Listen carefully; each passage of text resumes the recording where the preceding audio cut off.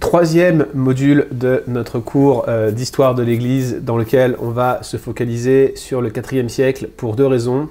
La première, c'est que je voulais vraiment vous parler de Constantin l'empereur, premier empereur chrétien de l'Empire romain, et de l'autre, je voulais absolument qu'on aborde la question de la Trinité. On l'a déjà abordé au travers des hérésies, mais je trouvais intéressant qu'on se focalise aussi sur la définition de la Trinité et la manière dont les conciles ont joué un rôle rassembleur au sein de l'Église par rapport à une autre controverse théologique, la controverse arienne.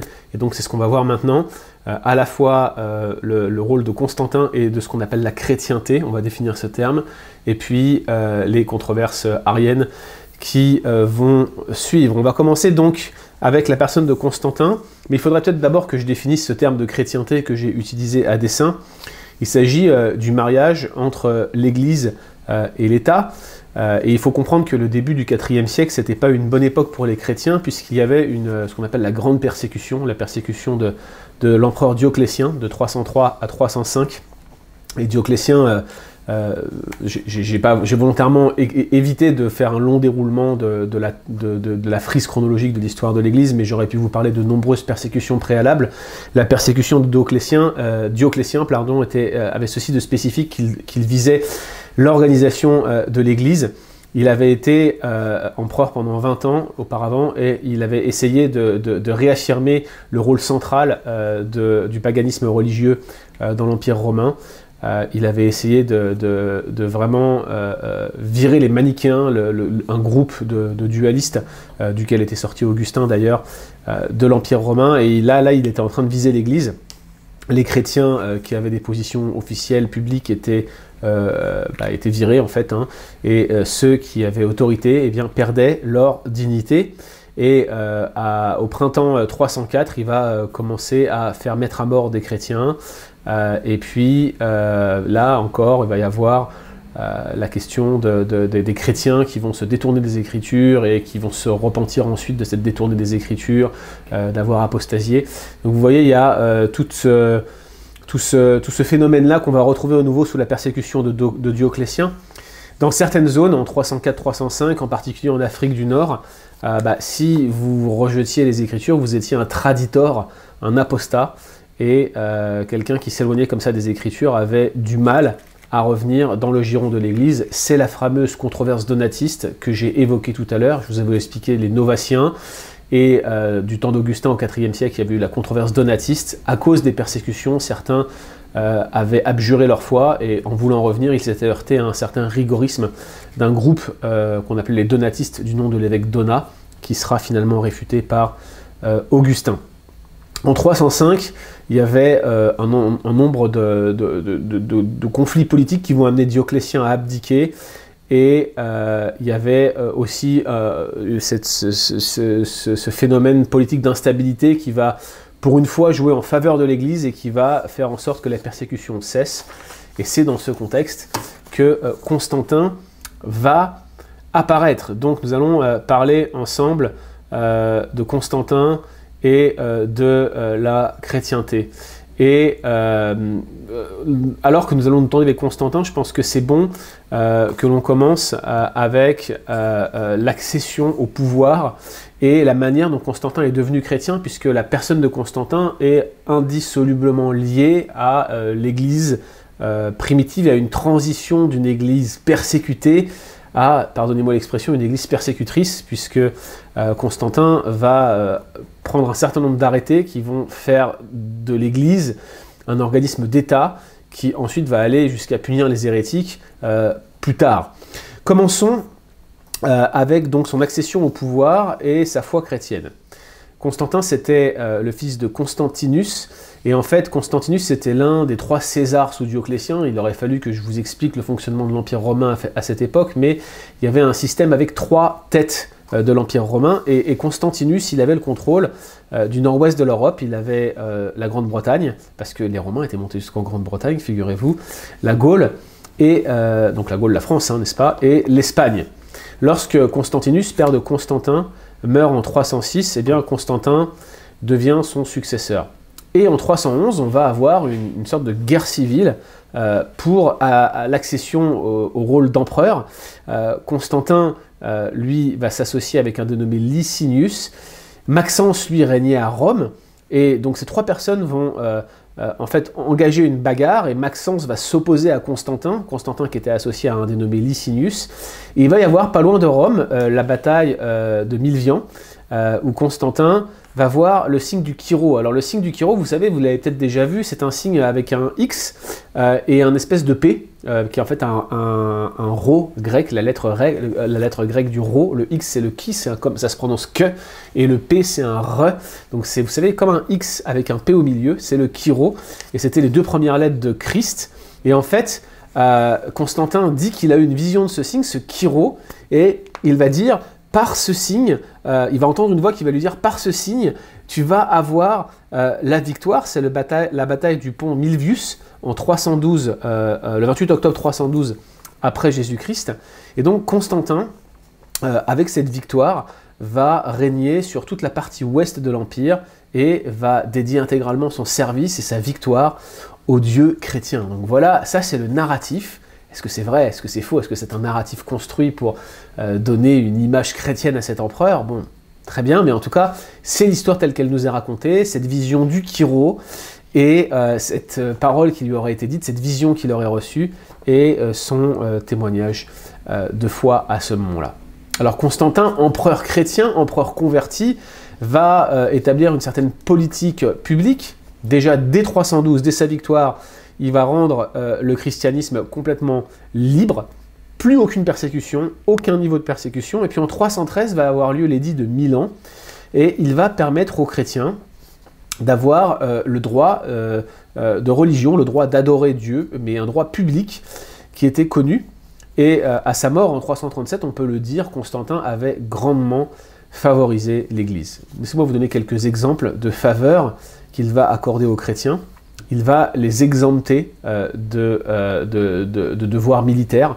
Enfin, il va exempter ceux qui sont des ministres du culte, les prêtres notamment, de devoirs militaires, donc ils n'avaient pas à se rendre dans l'armée.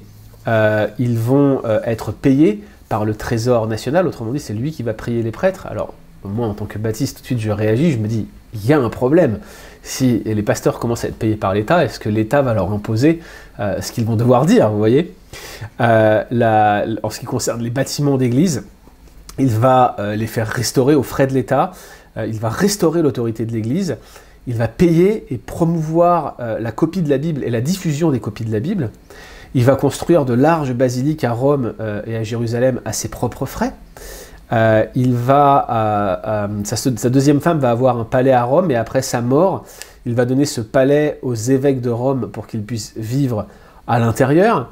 Et puis c'est lui qui va aussi déclarer que le jour du dimanche, en anglais on dit Sunday, pourquoi? Parce que c'était le jour du soleil, donc la traduction en anglaise, elle est beaucoup plus parlante, je trouve, et donc le dimanche, qui était le jour du soleil, va devenir le jour du Dieu chrétien. Tout devait rester fermé, et il va interdire toute tentative de forcer les chrétiens à assister à des rituels païens.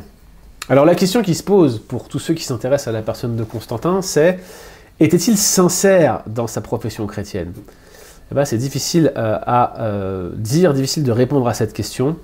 Il avait, je dirais, un sentiment assez étrange par rapport à son passé païen. Il n'y a jamais vraiment renoncé en fait officiellement, mais il se présentait lui-même comme un chrétien. Alors on peut se demander si c'était le style de conversion qui prévalait ou non. Constantin est connu parce qu'il a présidé au concile de Nicée en 325, j'allais dire premier concile œcuménique, le deuxième après le concile de Jérusalem, et en tout cas, c'est lui qui va convoquer ce concile pour régler la délicate question de l'arianisme, dont on parlera dans quelques instants. Voilà quelques grands faits de l'époque d'Augustin et de la manière dont il a organisé l'Église. Il voyait le christianisme comme cette espèce de glu, de colle, là, de liant pour l'Empire. En fait, en quelque sorte, il voyait le rôle du christianisme comme celui du paganisme antérieur. Il voulait que le paganisme social des 2 premiers siècles se transforme en fait en christianisme social, ce liant social qui allait servir de ciment pour fédérer le peuple autour d'une culture commune. Et donc, il ne voulait pas que l'Église soit divisée, d'où son implication dans le concile de Nicée. Fait important, en 330, Constantin va construire la ville de Constantinople, 7 ans avant sa mort. Alors la contribution d'Augustin, elle est particulièrement importante sur la question de la séparation ou de l'association de l'Église et de l'État, parce que en conséquence de son association très étroite avec l'Église, lui en tant qu'autorité impériale et le christianisme représenté par l'Église, il va y avoir un ensemble de situations qui vont parfois être positives, mais aussi parfois être négatives. Ce qui est positif, c'est que l'administration va refléter de plus en plus de valeurs chrétiennes. Il y aura une forme de découragement de l'infanticide, par exemple, qui était très répandu dans le paganisme ancien. Et au milieu du IVe siècle, on commençait à punir l'infanticide avec les punitions les plus dures. La crucifixion va être abolie, probablement, excusez-moi, en raison de sa référence à la mort de Jésus et puis aux persécutions chrétiennes. Et les jeux des gladiateurs vont eux aussi être interdits. Et les femmes vont voir un progrès social arriver puisqu'elles vont avoir le droit d'avoir des propriétés et elles vont avoir un certain nombre de droits aussi sur leurs enfants qu'elles n'avaient pas auparavant. Mais ces avancées positives, sociales, sociétales, vont avoir aussi des pendants négatifs. Par exemple, on va assister à une grande sécularisation de l'Église. Beaucoup d'évêques, donc c'était des personnages, des responsables d'églises importants qui avaient autorité sur plusieurs églises, surtout ceux qui étaient dans les grands centres, vont commencer à être sous la coupe de leaders politiques quand ils ne tombaient pas eux-mêmes dans la politique. On va aussi persécuter les hérétiques chrétiens, et quand je dis hérétiques chrétiens, c'est au sens large, c'est pas juste les simples hérésies qu'on a mentionnées, c'est tous ceux qui étaient un peu déviants se retrouvaient persécutés, et les grandes controverses théologiques vont donner lieu à des choses terribles et horribles pour ceux qui perdaient. Et puis, vous allez aussi avoir une forme de christianisme populaire, très superstitieux, avec des exigences morales de plus en plus basses, bref, un christianisme de surface, un christianisme nominal, un christianisme fortement paganisé, et on va assister dès le IVe siècle à une forme de préoccupation pour les reliques qui auraient été possédées par des gens qu'on estimait être plus saints que les autres. Et tout cela va conduire à beaucoup d'idolâtrie. Les premières prières à Marie sont à dater de cette époque. Bref, cette vision sociale du christianisme ne va pas être pour le meilleur, en tout cas pour en ce qui concerne la personne d'Augustin. La personne de Constantin. Je suis désolé au moment de l'enregistrement de cette vidéo, je vous prie de m'excuser. Alors, ça c'est un survol rapide de qui était Constantin et de son impact sur l'Église, mais j'aimerais qu'on s'arrête plus particulièrement maintenant sur la formulation de la théologie trinitaire et la crise qui y a présidé.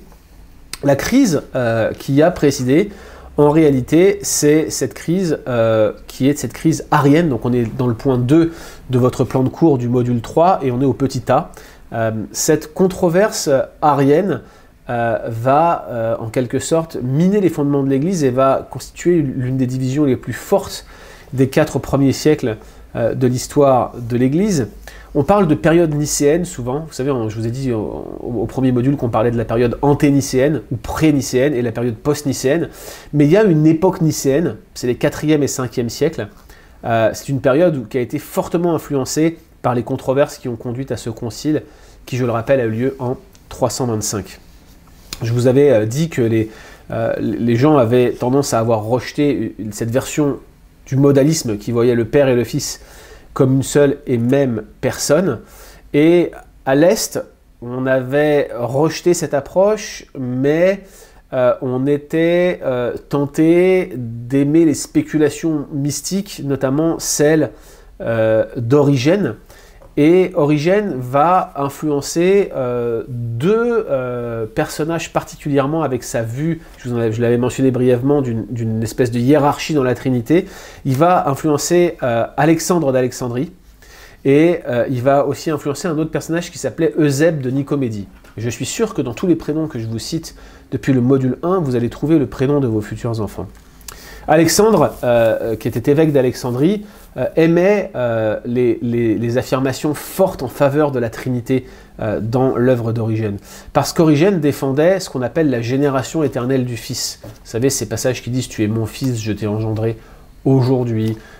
L'idée d'un engendrement éternel, du Fils à qui l'on confère la divinité, c'est un sujet de spéculation théologique très fort. Je crois à l'engendrement éternel du Fils, mais vous savez, comme disait Spurgeon, je crois que cette expression « engendrement éternel du Fils » couvre essentiellement notre ignorance.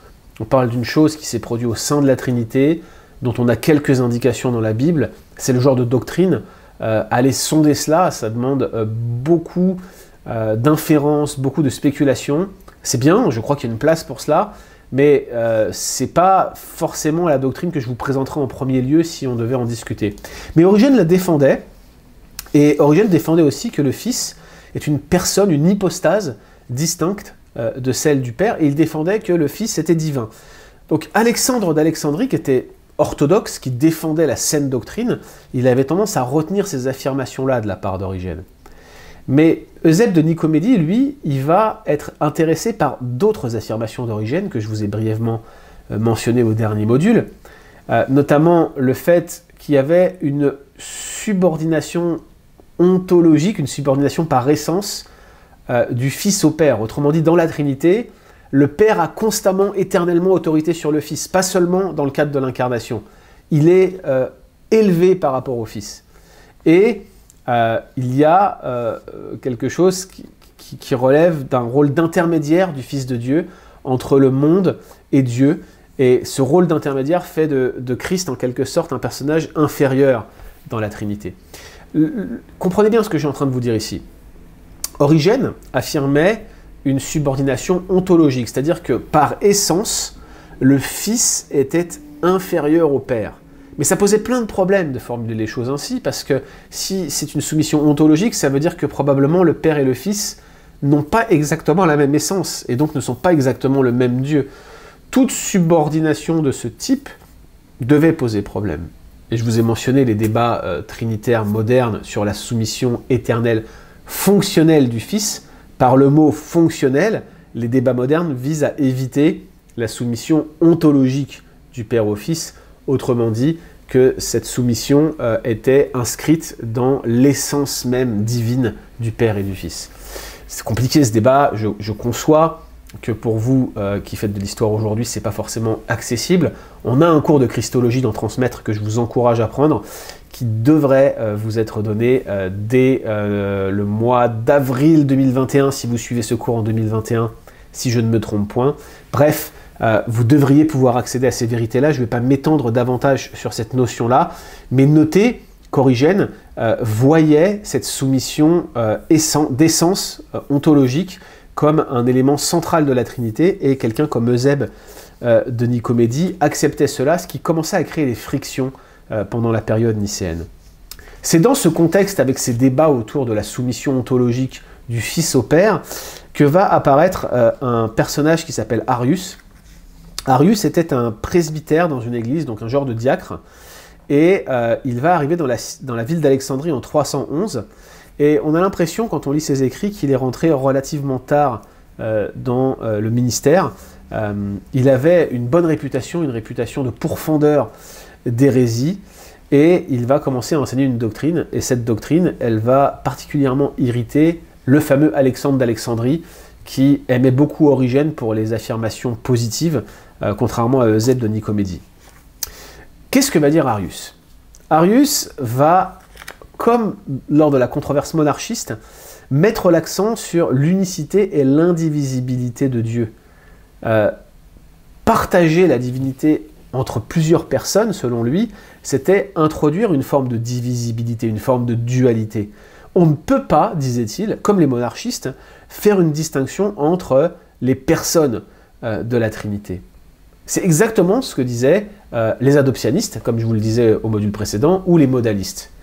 Alors du coup, qu'est-ce qu'il en conclut, Arius? Écoutez bien ce qu'il dit. Il dit « Par conséquent, le Fils est forcément une créature, Pas n'importe quelle créature, une créature hautement exaltée. C'est la créature que Dieu a créée la première au milieu de toutes les autres créatures.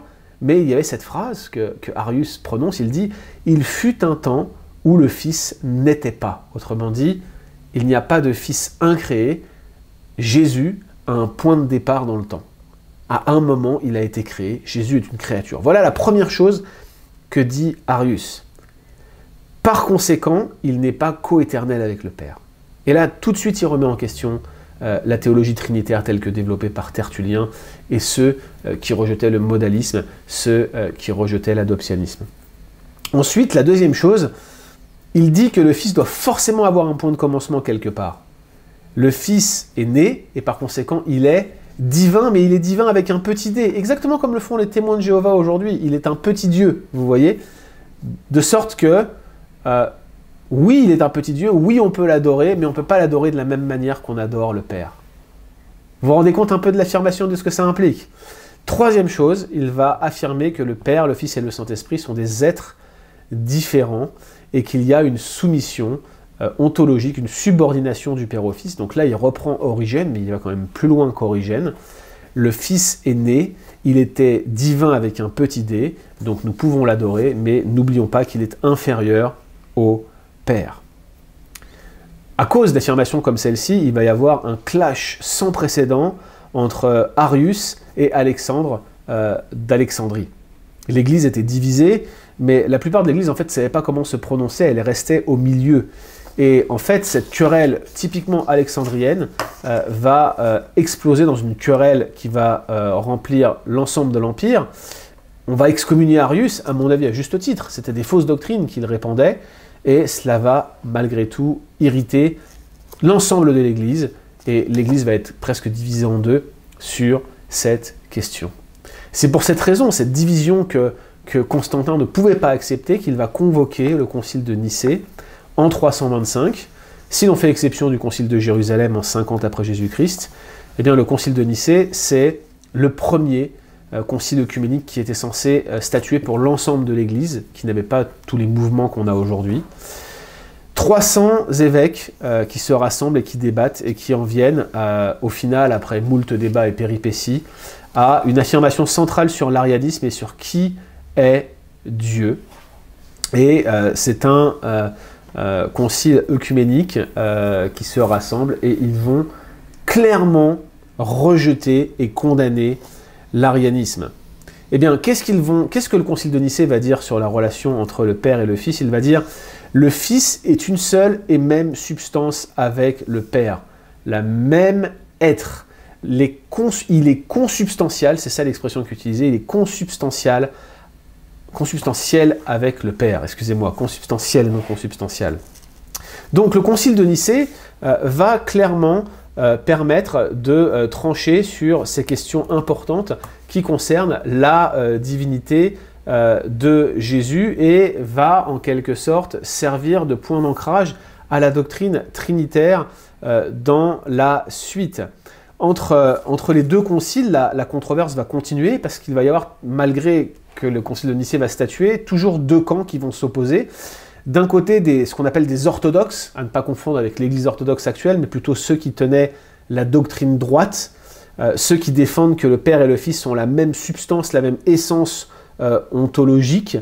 Et puis, vous aviez ce qu'on appelle les semi-ariens, c'est des gens qui vont revenir un peu des extrêmes d'Arius, mais qui vont quand même affirmer de manière un peu plus modérée qu'il y avait un lien de subordination fort et que le Fils est une créature. Ils vont défendre que le Père et le Fils sont de même nature. Donc le concile de Nicée va permettre de clarifier la relation entre le Père et le Fils et va définir la nature de Fils. Il est d'une substance semblable à celle du Père, c'est le même être, il est consubstantiel avec le Père, c'est le terme que vous devez retenir pour parler de la consubstantialité du Père au Fils. Ils sont de la même substance, ce sont deux personnes, deux hypostases différentes, mais ils partagent la même essence et c'est la grande affirmation du concile de Nicée. Alors, à la suite du concile de Nicée, les choses ne vont pas se régler comme ça. Deux camps vont continuer à s'affronter. D'un côté, des orthodoxes qui vont donc défendre la consubstantialité du Père au Fils, et puis un groupe d'ariens plus modérés qui vont quand même modifier les enseignements d'Arius et qui vont être un peu plus subtils, et qui vont dire non, non, non, il n'y a pas de consubstantialité, le Père et le Fils n'ont pas une même substance, ils ont juste la même nature, c'est-à-dire ils partagent la divinité, mais divinité avec un petit d, hein. Ils vont prononcer cela comme ça. Il faut comprendre que les semi-ariens étaient majoritaires à ce moment-là, et lorsque Constantin va mourir en 337 après Jésus-Christ, eh bien le fils de Constantin va prendre parti pour les semi-ariens, probablement pour des raisons politiques, ils étaient plus nombreux au niveau ecclésiastique. Alors vous imaginez la confusion qui régnait à l'époque, alors que Nicée avait fait une affirmation forte en faveur de la consubstantialité, vous aviez un groupe de semi-ariens qui remettait ça en question avec une formulation un peu subtile, sans rentrer dans le détail des mots grecs utilisés. Le mot pour affirmer la consubstantialité en grec, eh bien les semi-ariens rajoutaient juste un petit « i » à ce mot, quelque part dans le mot, de façon à ce que ce soit presque le même mot, mais avec un « i » en plus. Et beaucoup ont parlé de cette controverse comme la controverse du « i », parce que c'était une subtilité effarante pour continuer à affirmer finalement que Jésus-Christ était inférieur au Père, même en termes de nature, et qu'il y avait une ontologie forte, de sorte qu'il n'était qu'une créature. C'est aussi dans ce contexte que vont émerger des personnes comme Athanase et comme les pères cappadociens. Athanase était présent au concile de Nicée, mais il n'avait pas un grand rôle, il n'était que diacre à cette époque-là, mais il va s'affirmer dans la suite du concile de Nicée comme le champion du camp orthodoxe, comme le champion du camp de la consubstantialité. Lui-même va être, pendant toute la période qui va suivre le concile de Nicée, exilé 5 fois pour ses vues trinitaires. Ça vous montre un petit peu l'instabilité politique et le trouble qu'il va y avoir après le concile de Nicée, jusqu'à ce qu'un autre concile, en 381, le concile de Constantinople, vienne statuer sur cette question une fois pour toutes. Entre 325 et 381, c'était une période d'instabilité religieuse et politique assez forte. Athanase d'Alexandrie va écrire plusieurs livres. Il a plusieurs chevaux de bataille, notamment le polythéisme, qui pour lui est la conséquence directe de la position arienne. Pour lui, si vous êtes arien, si vous considérez qu'il y a deux dieux, qu'ils partagent la même nature, l'un est un plus grand dieu que l'autre, dans ces cas-là, vous êtes polythéiste. Vous ne pouvez pas adorer le Fils s'il n'est qu'une simple créature. Voilà son gros argument, voilà son cheval de bataille numéro 1. Si vous êtes arien, si vous défendez cette thèse, c'est que vous tombez dans le polythéisme. Et puis son deuxième angle d'attaque, son deuxième cheval de bataille, eh bien c'est la sotériologie, la doctrine du salut. Pour Athanase, l'arianisme, en définissant le Fils de Dieu comme une créature, eh bien, va jeter par terre, en fait, toute forme de rédemption chrétienne. Il faut que celui qui sauve soit Dieu. Il faut que ça soit Dieu qui sauve, sinon personne ne peut sauver. Ça ne peut pas être une créature qui sauve. Et vous voyez, on en revient, la boucle est bouclée avec les controverses qui se focalisaient sur l'humanité de Jésus. La première affirmation de l'Église, c'était « il faut que le Fils soit un homme, sinon on ne peut pas être sauvé ». Et la grande affirmation d'Athanase, c'est « il faut que le Fils soit Dieu, sinon on ne peut pas être sauvé ». Autrement dit, il fallait qu'il soit Dieu, il fallait qu'il soit homme, il fallait que ce soit le Dieu homme. Et vous allez voir que ça a son importance vraiment, vraiment très fortement pour certaines controverses du Moyen-Âge, cette question des deux natures de Christ, à savoir Dieu, à savoir l'homme. C'est une question qui va être débattue au Moyen-Âge, mais qui va être réglée lors d'un autre concile, le concile de Chalcédoine, qu'on ne va pas nous survoler, mais qu'on va regarder a posteriori en analysant la théologie du Moyen-Âge. Donc deux angles d'attaque pour Athanase d'Alexandrie. Le premier, c'est de dire que finalement, eh bien, vous aviez une forme de polythéisme si vous considériez le Fils comme une créature, et la question du salut, vous ne pouvez pas être sauvé si vous pensez que le Fils de Dieu n'est pas Dieu. Concrètement, ce que dit Athanase, c'est que la Trinité existe éternellement comme une triade de personnes qui partagent la même identité et une substance ou une essence indivisible. Les trois travaillent en harmonie, ils ont la même divinité. Le Père accomplit toutes choses dans le monde au travers de l'Esprit par l'œuvre du Fils. Les pères cappadociens vont proposer une alternative à cette espèce de classification, de cette hiérarchie entre le Père, le Fils, et aussi par l'envoi du Saint-Esprit. Les cappadociens, eux, vont affirmer que le Père, en fait, c'est la source de la divinité. Et c'est pour ça qu'on parle d'engendrement éternel. Il va éternellement engendrer le Fils, c'est-à-dire qu'il va être, en quelque sorte, la source de la divinité du Fils. Quand on dit que le Fils est engendré, ça ne veut pas dire qu'il a eu un commencement, mais plutôt qu'il est Dieu, tout simplement. C'est ce que défendent les pères cappadociens.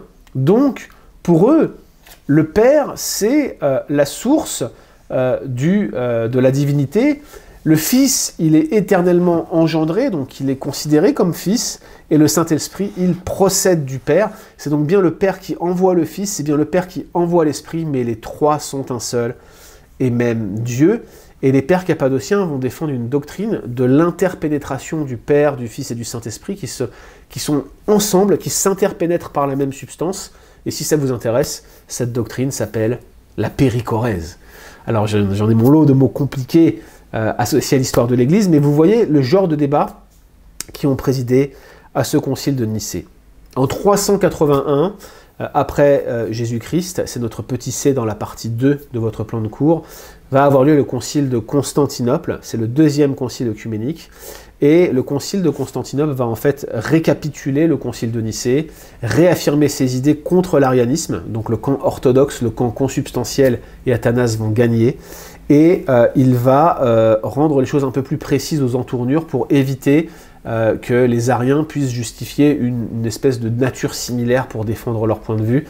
Avec la formulation du concile de Nicée-Constantinople, eh bien, les choses deviennent particulièrement claires. Laissez-moi vous lire ce qu'on appelle le credo du concile de Nicée-Constantinople. Vous allez voir que c'est un document de foi qui synthétise ce que l'on croit au sujet de la personne du Fils de Dieu.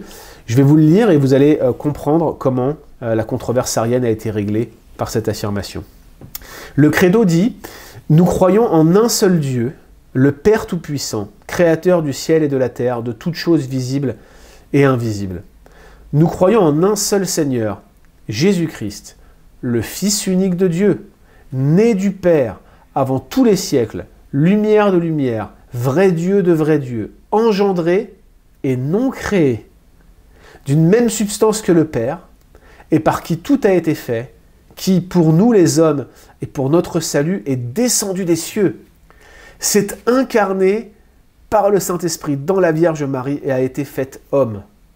Il a été crucifié pour nous sous Ponce Pilate, il a souffert, il a été enseveli, il est ressuscité des morts le troisième jour d'après les Écritures, il est monté aux cieux, il s'est assis à la droite du Père, de là il reviendra avec gloire pour juger les vivants et les morts. Son règne n'aura pas de fin. Nous croyons en l'Esprit Saint qui règne et donne la vie, qui procède du Père et du Fils, qui a parlé par les prophètes, qui avec le Père et avec le Fils est adoré et glorifié. Une seule Église sainte, universelle dans le sens de catholique et apostolique. Nous confessons un seul baptême pour la rémission des péchés et nous attendons la résurrection des morts et la vie du monde à venir. Amen.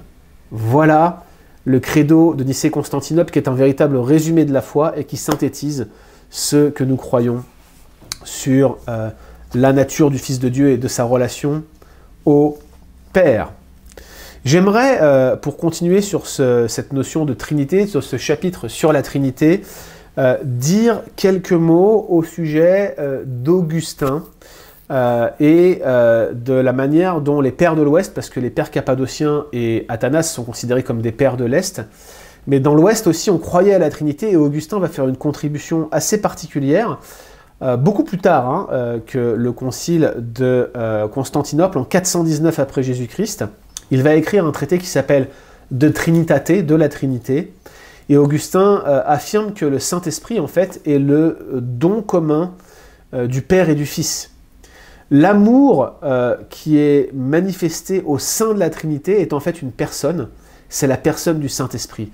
Le Saint-Esprit, c'est la manifestation de l'amour du Père et du Fils pour le Père. Le Saint-Esprit, il procède du Père et du Fils, contrairement au Père cappadocien qui avait tendance à affirmer que le Saint-Esprit ne procédait que du Père. Augustin, lui, il dit il procède des deux. Il procède du Père et du Fils. Et filioque. Et on parle de la double procession du Saint-Esprit. Alors, l'orthodoxie de l'Est, de l'Empire, va rejeter ce concept. Pour eux, le Père, c'est la seule fontaine de la divinité, et ils vont dire, aucun concile n'a jamais affirmé que le Saint-Esprit procède du Père et du Fils. Augustin va continuer à défendre cette thèse, il va défendre son trinitarianisme via des analogies de la création. Il dit que le Dieu triun, le Dieu trinitaire, a créé le monde, et on peut voir cela dans le monde créé. Les humains sont créés à l'image de Dieu, et nous pouvons voir au travers de notre constitution qui nous sommes, au travers de l'action trinitaire de Dieu. Nous existons, c'est le Père, nous raisonnons, c'est le Fils, nous avons une volonté et de l'amour, c'est le Saint-Esprit. C'est le genre d'analogie qu'Augustin utilisait. Alors moi, je ne suis pas absolument convaincu par ces analogies, mais je pense qu'Augustin avait absolument raison en ce qui concerne la double procession du Saint-Esprit. Ce qu'il faut comprendre, c'est que lorsqu'Augustin va défendre cette thèse, en 419, sur le fait que le Saint-Esprit est ce lien d'amour entre le Père et le Fils, il va jeter un véritable pavé dans la mare, et pendant des siècles, cette doctrine va attiser les divergences entre l'Est et l'Ouest, et lorsque l'Est et l'Ouest, pour des raisons politiques, vont se séparer en 1054, le grand schisme de 1054, eh bien ce grand schisme, séparation entre catholiques d'un côté et orthodoxes de l'autre, aura pour point d'appui doctrinal, pour justification doctrinale, ce désaccord sur la procession du Saint-Esprit. À l'Est, on dit « il ne procède que du Père », à l'Ouest, on répond « il procède du Père et du Fils ». Traditionnellement, les protestants et les évangéliques ont adhéré à l'approche d'Augustin en défendant que le Saint-Esprit procède du Père et du Fils. C'est ce qu'on appelle la controverse du filioque. Ça n'est pas le cas de tous les protestants. Certains ont rejeté cette position-là, mais il me semble que Jésus mentionne clairement l'envoi du Saint-Esprit par lui-même dans les Écritures. C'est dans le cours de Christologie que vous pourriez étudier ça, et vous avez aussi des ressources qui sont mentionnées sur la page de cours quand vous vous êtes connecté, qui vous rappellent un petit peu toutes ces controverses autour de la double procession du Saint-Esprit, controverse qui a divisé l'Église. Peut-être c'était un sujet sur lequel il fallait rester sobre et ne pas se diviser. Toujours est-il que ça a été une grande controverse. Pour terminer ce module, j'aimerais mentionner 5 points d'importance à savoir au sujet de la Trinité. La Trinité, c'est une doctrine centrale pour laquelle l'Église s'est jalousement battue et sur laquelle elle a failli défaillir. C'est une doctrine importante qui a un impact sur notre salut, parce que seul Dieu peut nous sauver, et il fallait que le Dieu-homme fasse le travail. Il faut que Christ soit Dieu, il faut qu'il soit consubstantiel à Dieu pour pouvoir accomplir la rédemption. Mais c'est une doctrine qui est insondable. Et la question qui se pose, c'est comment est-ce qu'on peut enseigner une doctrine aussi compliquée que celle de la Trinité?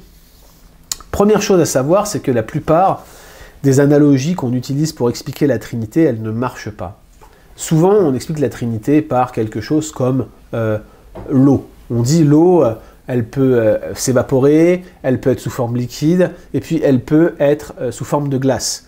Et donc on dit, regardez, voilà, ça c'est la Trinité, l'eau elle peut avoir 3 formes différentes, donc la Trinité c'est pareil, c'est le même système, c'est le même Dieu, mais il se manifeste en 3 personnes. Sauf que ça ne marche pas, parce que l'eau ne peut pas être à la fois glace, à la fois eau et à la fois vapeur. Bon, en fait il y a un point où l'eau est à la fois glace, vapeur et liquide, c'est de la chimie à ce niveau-là, c'est pas mon domaine, mais l'analogie en elle-même suppose que l'eau est parfois eau, et à d'autres moments vapeur, et dans d'autres moments encore glace, et ça rappelle le modalisme, n'est-ce pas? Les modes où Dieu ne peut pas être différentes personnes en même temps. Donc ces analogies-là souvent ne marchent pas, et elles ne sont pas utilisables pour défendre la Trinité. Même l'analogie qu'Augustin utilise à propos de l'existence, de la raison et de la volonté et de l'amour, eh bien, elle ne marche pas non plus. Si vous voulez définir la Trinité, le mieux, c'est d'être le plus biblique. Parlez-lui de Christ et parlez-lui de ce que Christ a fait. La meilleure définition de la Trinité, ce sont les 7 phrases que je m'évertue à vous prononcer depuis le début de cette formation. Le Père est Dieu, le Fils est Dieu, le Saint-Esprit est Dieu. Tout ça, c'est dans la Bible. Mais le Père n'est pas le Fils, c'est dans la Bible. Le Père n'est pas le Saint-Esprit, c'est dans la Bible. Le Saint-Esprit n'est pas le Fils, c'est dans la Bible aussi. Et il n'y a qu'un seul Dieu, c'est dans la Bible. Vous faites ces 7 affirmations, vous avez la doctrine de la Trinité dans son ensemble. Je vous conseille également d'être hautement trinitaire dans vos prières, y compris dans vos prières publiques. Nous baptisons au nom du Père, du Fils et du Saint-Esprit, c'est le commandement de Dieu. Nous prions au nom du Père, du Fils et du Saint-Esprit. C'est pas simplement au nom de Jésus, c'est vraiment au nom du Père, du Fils et du Saint-Esprit. Non pas que vous fassiez une erreur en priant au nom de Jésus, car ça présuppose la doctrine trinitaire, mais souvenez-vous que nous sommes appelés à être trinitaires dans notre piété également. Et puis, ayez, je dirais, une définition succincte, même basique, de la Trinité à portée de main. Souvenez-vous, par exemple, de ce vieux chant anglophone, il n'a pas été traduit en français, mais en français ça donne « Saint, Saint, Saint, Dieu en 3 personnes, Trinité bénie ». C'était « Holy, Holy, Holy, Lord God Almighty, God in 3 persons, Blessed Trinity ». C'est un chant confessionnel chanté depuis des siècles dans le monde anglo-saxon, qui mériterait d'être traduit en français, même si c'est pas forcément... Enfin, je crois qu'il a été traduit, mais pas... que cette phrase n'est pas traduite exactement de cette manière-là. Et puis, pointer la connexion qui existe, c'est mon 5e conseil, entre l'amour de Dieu et la Trinité. Si Dieu est amour, il ne peut pas être monopersonnel. Les pères cappadociens défendaient cette thèse, et Augustin s'est appuyé dessus pour dire que finalement, la preuve que Dieu ne peut pas exister autrement qu'en plusieurs personnes, c'est que puisqu'il est amour, il faut que cet amour existe au sein même de sa divinité, et il n'est pas possible d'être amour si je suis seul. L'amour se projette forcément sur l'autre. Et donc, fondamentalement, Dieu est un être parfaitement et absolument heureux, c'est l'être le plus heureux qui existe, et c'est l'être qui aime le plus qui existe, parce que cet amour qui règne entre les personnes de la Trinité, manifesté par le lien du Saint-Esprit, comme le dit Augustin, c'est ce lien d'amour, c'est ce Dieu d'amour, ce lien du Saint-Esprit, eh bien, c'est ce Dieu qui aime et qui peut communiquer cet amour. Et il nous donne son Saint-Esprit, preuve de son amour. Si Dieu est amour, il ne peut pas être une seule personne, il fallait qu'il existe en 3 personnes. A tout de suite pour le 4e module.